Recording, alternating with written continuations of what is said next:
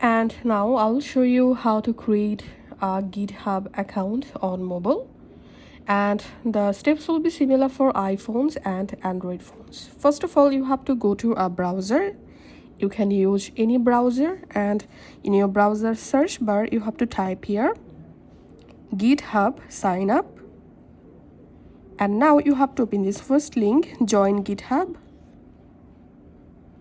And here all you have to need, enter here your email address, which email address you want to use to create a GitHub account, and tap on continue. And now you have to create a strong password for your GitHub account, and then tap on continue. And now you have to write a username for your account, and username should be a unique username. So I'm typing my username here and tapping on continue.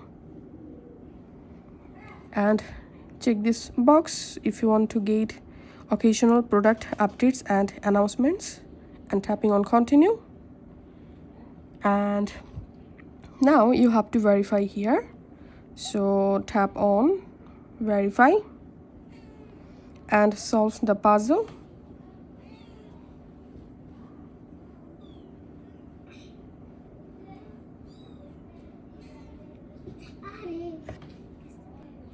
And now you will get a verification code to the Gmail account. All you have to need, go to your Gmail and collect the verification code.